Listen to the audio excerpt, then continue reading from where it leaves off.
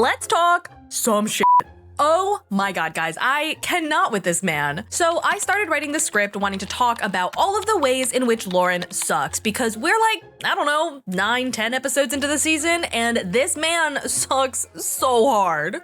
Not only did I discover that he has an ex-wife that he has never mentioned on the show, he also has 2 children. And he's essentially trying to move to the Philippines so that he can get out of bearing any kind of parental responsibility to his kids. Like, he doesn't want to pay their child support. So yeah, I saw a little Loren-shaped rabbit hole and I, like a crazy person, decided to jump in and dear God, is that rabbit hole dark, dank, and deep. So let's talk about it.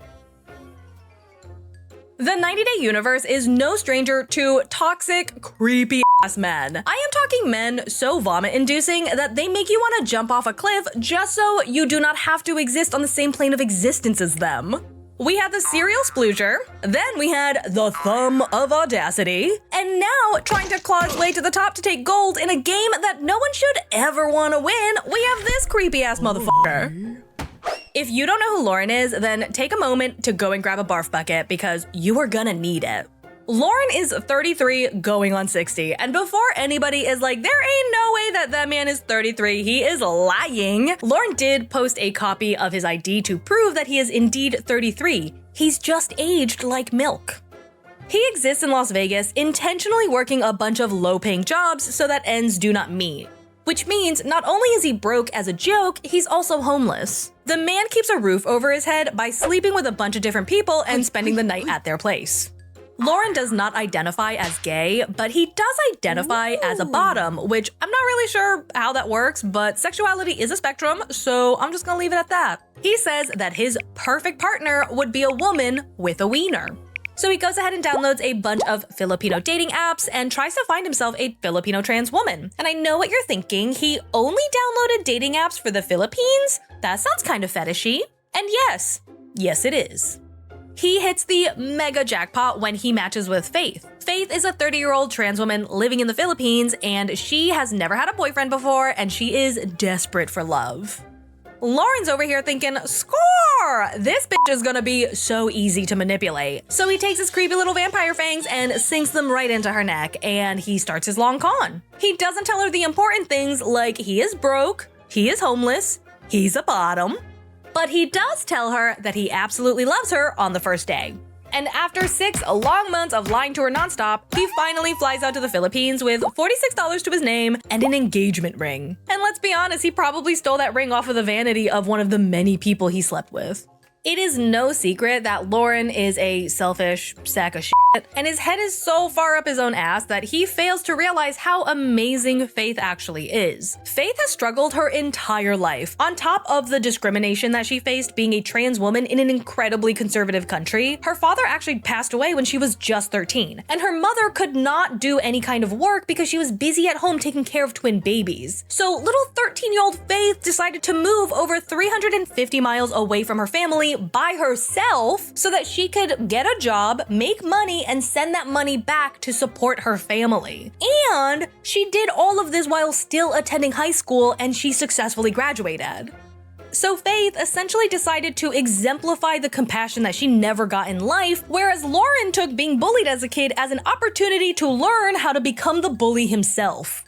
Anyway, he gets to the Philippines and gives Faith 1-2 gut punches of truth. He has no money, he has no job, he has no home, he wants to stay in the Philippines forever, he has cheated on her every single week that they've been together, he contracted gonorrhea, and now I guess he's trying to position marrying her mother so that he can gain Philippine citizenship. I understand that all of that is already bad, but oh my god, does it get worse. So back in 2011, he knocks up his then-girlfriend Cheyenne, and they welcome a baby girl, and then they shortly get married after, and then go on to welcome another child, a boy. And then in 2013, Cheyenne files for divorce because I can only assume she got sick of being a mother to 2 children and a giant man in a diaper.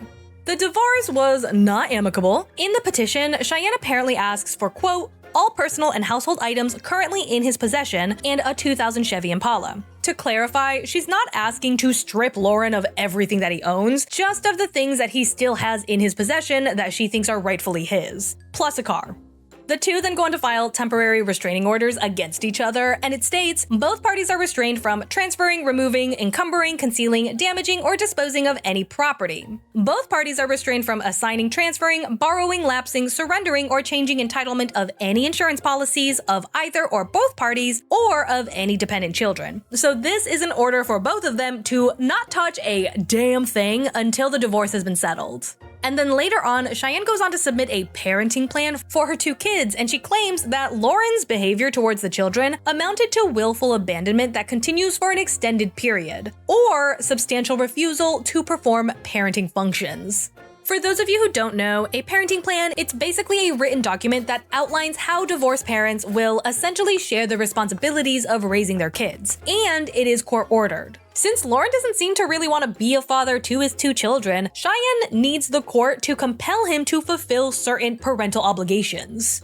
At the end of the divorce, Loren does not have to pay any kind of alimony, but he is ordered to pay child support. So at the time, it's reported that Loren was making about $1,497, and he was ordered to pay $135.50 for each child, so $271 total each month.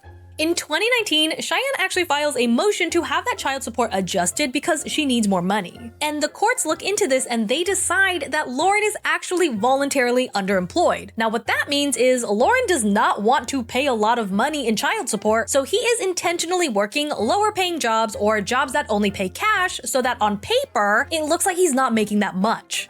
Cause apparently he has all of the time in the world to catch STDs like they're Pokemon, but he doesn't have enough time to work a normal 9 to 5 to help keep his kids alive. So they approve the motion and they adjust the payments, and they're like, listen, if you weren't a shady motherfucker, we think that you could reasonably be making about $2,491 a month. So they go ahead and adjust the payment so that it's $383.50 per child, which is a total of $767 a month. And sure, everything I just said is scummy at best, but are any of us really surprised? No, right? Like, this is pretty on brand for him. It gets worse. Loren decides to go onto Reddit, do an AMA on a 90 Day Fiancé subreddit, and this man's comments were so vile that he got himself very quickly banned. I find men repulsive, so I'm not gay. I mean, he's not lying. He too is a man, and he is very repulsive.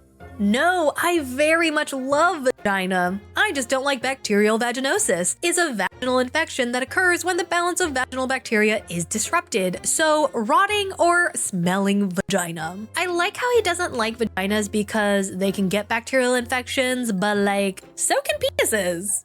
It does not matter what you're packing in your pants. If you do not wash it, it's gonna smell really bad. Hormones control how your sweat smells, and so male sweat and men in general are disgusting pigs, so I need a female sweat smell. And there's a difference in taste when your mouth is all over their body. Oh my god, I can't, oh my god, I can't believe there are people that let his mouth go all over their body. Like, guys, come on. Ugh. The thread later got deleted, and then Loren decided to create a subreddit called 90 Day Loren Hate. That is correct, he created his own hate page, and he decided to start answering questions there. Going through the thread of the now deleted AMA and also sifting through his personal hate page, it's very clear that Loren hates his wife and his kids. He posts comments like, "My ex-wife is a lazy, dirty glutton who steals from the government." He also goes on to say that he only joined the 90 Day Fiancé cast because his ex-wife was pressuring him to go on the show so that he can make money and then give that money back to her. A user asks, "But 90 Days paid you, didn't it? Isn't it $1,000 per episode?" And Loren responds, "No, my ex-wife got it all for the fees I had to pay for leaving the country for 1 month." So this one's very interesting to me because he said that he went on the 90 Day show because his wife pressured him to go so that he could make money and then give it back to her. But Loren says that his ex got all of the money he made because he had to pay fees for leaving the country for a month. I can only assume that those fees are child support fees for him failing to make payments. So I feel like this comment shows us that A, he did try to go to the Philippines to stop paying child support, and B, either he lied about his wife pressuring him to go on the show for money, or if she actually did, he had zero intention of giving any of that money to her. And remember how we all thought that he was going to the Philippines so that he could mooch off of Faith? Well, another user tried to call him out saying, I think this is the first time I've ever seen someone move to a different country to mooch off of their loved ones. He expects Faith to support him, yet hasn't yet discussed that he doesn't even want to have a monogamous relationship with her. Loren responds saying, I expect to work the same 85 plus hours I do in America. 85 plus hours in Las Vegas and your monthly income was reported at less than $1,500? The man is absolutely working under the table jobs to get cash that he doesn't have to report as income so that he does not have to pay child support, which is A, fraud, and B, super fucking scummy. Take care of your kids. Another user questions if he even has a relationship with his kids, and they ask, do you even see your kids, or do you just not want to have to pay for them? That's why you want to move out of the country to not have to pay child support, right? And Loren responds, my exes hate my kids and my ex-wife hates me, says I'm bad. And I end up moving with my abusive exes to not live on the streets. So I only see them rarely. Last time we went camping together, it was good. If I find a family willing to adopt us, maybe I'll get custody from my succubus ex-wife. If a family is willing to adopt us, bro, you are 33. You're not looking for a family to adopt you. And I don't really know why his exes hating his kids have anything to do with why he doesn't see his kids. That doesn't make sense to me. And he says he moves in with his abusive exes to not live on the streets. But I mean, if you didn't do unpaid labor or like underpaid under the table jobs, you would absolutely be able to make enough money to have a place to live if you are working an alleged 85 plus hours a week. In another post, Loren says, I want to devote my life to charity and never make money again, but I have an evil ex-wife. This man thinks that his ex-wife is evil because she wants financial assistance with raising their kids and Loren doesn't want to work. Do I think that you could stay alive without working a regular 9-to-5 job? Absolutely. You could go in the woods and sharpen a stick and, spear some fish, right? Like, go crazy. But I don't think that you can be voluntarily unemployed and then in the same breath complain that you have to move in with abusive exes so that you don't have to live on the streets. Also, he wants to devote his life to charity to help the less fortunate. Like, bro, you are the less fortunate. Go get help. When it comes to his kids, he does flip-flop between talking about them as if he likes them and talking about them like he wishes they weren't his. One Reddit user asks, why are you always making jabs at your ex-wife? It seems like when you have the opportunity, you make some shitty remark about her. How do you think that affects your relationship with your daughter? And Loren responds, my daughter seems a lot like me. Hopefully, we will team up and fight for justice and peace on earth as a dad-daughter super team. Sometimes he does make it sound like he wants a relationship with his kids, but his ex-wife is the reason why he's unable to do so.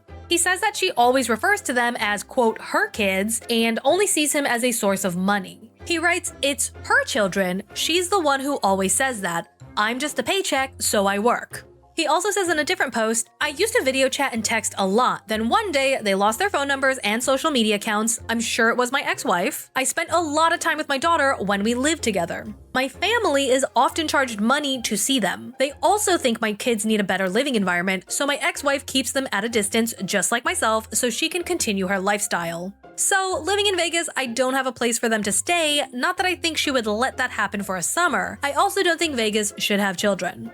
It's difficult to fully understand what Loren is saying in his posts because A, typos, and B, a lot of it just doesn't make sense. But from this, it seems like he's trying to say he does try to maintain communication with his kids, but his ex-wife makes it impossible. And if it's true, I think it's crazy that she drops her kids off for babysitting at his family's house and then charges them like, yeah, you get to take care of my kids for a cost. But I also have a very difficult time believing any of this is true because he says things like he doesn't think children should be living in Vegas, but then move. It's not like you have a home that you have to maintain or try to sell, and all of your jobs are very temporary and they are jobs that you can find anywhere. So move. In another post he made that I did not remember to screenshot, and I am not about to go back and try and find it, he talks about how much he thought his ex-wife was disgusting when they had their first kid. And he's like, oh, she was 400 pounds, she never bathed herself, and she pressured me to impregnate her, promising that I would have to bear zero responsibility for the child. Despite saying things like, oh, I really hope that my daughter and I become a daddy-daughter super team, and implying that he wants a relationship with his kids, but it's his ex-wife that's keeping him from having one. one, he goes on to say things that clearly show us that he would not want to pursue a meaningful relationship with his children if given the chance. He takes zero accountability for getting his ex-wife pregnant, and he talks about his kids as if they are a commodity. In a response, he posts she got pregnant by not taking her birth control and saying she doesn't like condoms. As a suicidal, angry, hormone-driven teen, I had sex anyway.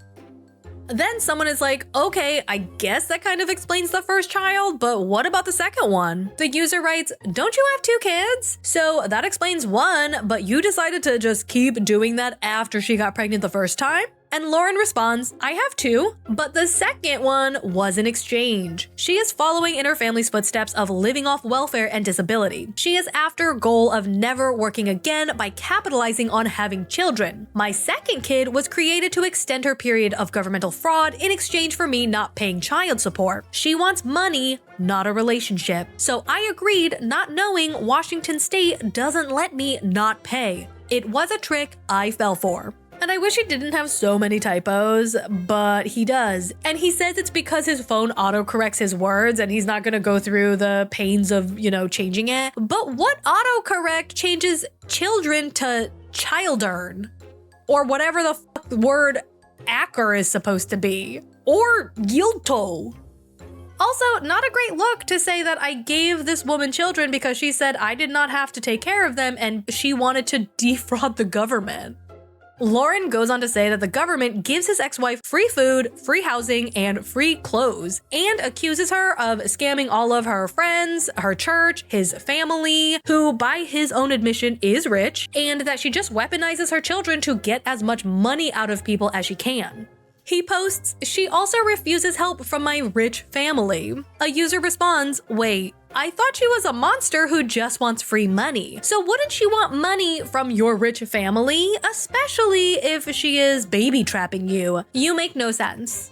And Loren responds by saying, I don't understand her either. My family offers support, but she has to do things like clean or bathe, brush her teeth, and she doesn't do things. One of the reasons we would fight a lot. My family is on my side that I should see my kids, but she is in control in her low-income lifestyle, but her parents live the same way. They smoke 24/7 and just collect government money. I'm gonna call bullshit. First of all, if your wife is such an evil scammer who just wants money from everybody, if your rich family is offering her a bunch of money and all she has to do is brush her teeth and wash her body, I highly doubt that she would not do that. Second, if your family is so wealthy, where were they when you were working 85+ hours a week and homeless? Third, if your ex-wife is such a problematic person, why are you not fighting her for custody of your kids? Now remember earlier, Loren had mentioned that he was only on the 90-day show because his ex-wife pressured him to go on it to give her money. He later says that he went on the 90-day show because he wanted the TV to give him exposure to be able to fund his dreams. Now, what are those dreams, you ask? Well, he says, never seen the show before. I'm just hoping being on TV will help my charity, get housing, help get a co-writer for my book, find a team to make my video game, get an H-1B visa, open a small business. I don't know about you, but that sounds like a ton of work for a man who doesn't want to work. If possible, write or help TLC/Sharp Entertainment put me on more shows. I need your support to keep going. Any show you can think of, I'm up for. Also, if possible, getting clothing donations to help Philippines/funds to open a community center. I'm also writing a novel/video game/comic book, looking for help in an autobiography and filming a movie/acting. If you know of a job that offers an H-1B visa in exchange for minimum wage labor, I'm in. So what community center is he talking about, right? Well, Loren actually opened up 2 GoFundMe campaigns. One of them I can't find a screenshot of, but it was essentially to raise funds for him to open up an LGBT coffee shop in the Philippines. And the other one, which I was able to get screenshots of, was for him to try and raise $10,000 to open up an LGBT safe haven in the Philippines. In the description, he writes, hello, I'm Loren Allen, and I'm starting an LGBT community center in the Philippines and looking for help, offering housing, education, and connection to those who seek help. Nothing is more important to me than helping others, but I have an evil ex-wife and fight just to make rent, but plan on finding a way to devote my life to charity. The campaign so far has 5 donations and has raised $45, and honestly, I don't know who those 5 people are, but I'm hella disappointed in you all. So initially, I thought he was just raising funds so that he could buy himself a free place to live, and that place could also potentially double as a brothel. And I don't think I'm wrong, but I did later find a now deleted post on the socialism subreddit where Loren asked a couple of questions, had some back and forth, and judging from all of the comments and piecing things together, it sounds like the $10,000 would go towards buying land in the Philippines so that he could run a socialist-based farm. It looks like he was asking about the validity of being able to run this type of farm in the Philippines. And a user asks, do those people own the farm too? So he's asking if the people who are working at the farm also have ownership of the farm. And Loren says, I cannot own land in the Philippines, I just can find a way to buy it so it would be co-owned. Then the user responds, okay, so as long as everyone on the farm had a hand in the decision being made, then it could be socialist in nature. If you as the primary, quote, owner would supersede any collective decisions you didn't like, then it would not. Loren goes on to say, I hope we could all equally have power, and I don't see a group of poor LGBT in the Philippines having to overthrow a peaceful and helpful socialist-based community center. But maybe a civil war could break out of everything being fairly and equally divided. So you want me to believe that a man who is trying to escape from paying his child support by exploiting a Filipino LGBT individual is not going to take advantage and exploit a group of LGBT Filipinos who are literally seeking shelter because they are vulnerable and in need? Really? So what is Loren up to nowadays? Well, apparently he works every hour of every day. He tells us he's back in the States, he's working at a TJ Maxx in Las Vegas, and he's a full-time drag assistant. He is currently living with his boss. He also says that he worked an extra 45 hours at a gift shop, but he ultimately decided to quit after she failed to pay him for $7,000 worth of work. That is crazy to me. If we assume that he's still working minimum wage jobs, do you know how many hours he has to work to be owed $7 grand? Like, how do you keep working months on a promise to get paid? Loren has been keeping pretty tight-lipped on a lot of things, referencing his NDA, but he does say that he hopes to be able to reveal everything during the tell-all because I guess that's when his NDA expires. He does say that he's currently doing everything he can to fund his dream of building that community center in the Philippines, and Loren says that the person you see on screen is just a character because he knows every show needs a villain, and the villain usually is the one to secure more screen time, which means more money. A user says, you are literally scummy, and Loren says, that's my character. Great observation. And that, my Panda Pals, is all I have for you today. That was so fucking much, I know. But what do you think? I mean, Loren is out here saying that he is purposefully playing the part of an evil, scummy dude so that he can secure more airtime and get more traction for things like his book and his nonprofit. I personally don't buy it. I think this is kind of like a Nikocado situation where it's a bad guy who says that he's only pretending to be a bad guy for clout, thus absolving him from having to take any accountability for being a bad guy. Anyway, I hope you liked the video. If you are not subscribed yet, go ahead, click that subscribe button, give this video a big thumbs up, and again, let me know down in the comments below what you thought. I hope to see you for the next one, and as always, thanks for not letting me ride this train wreck alone. Bye!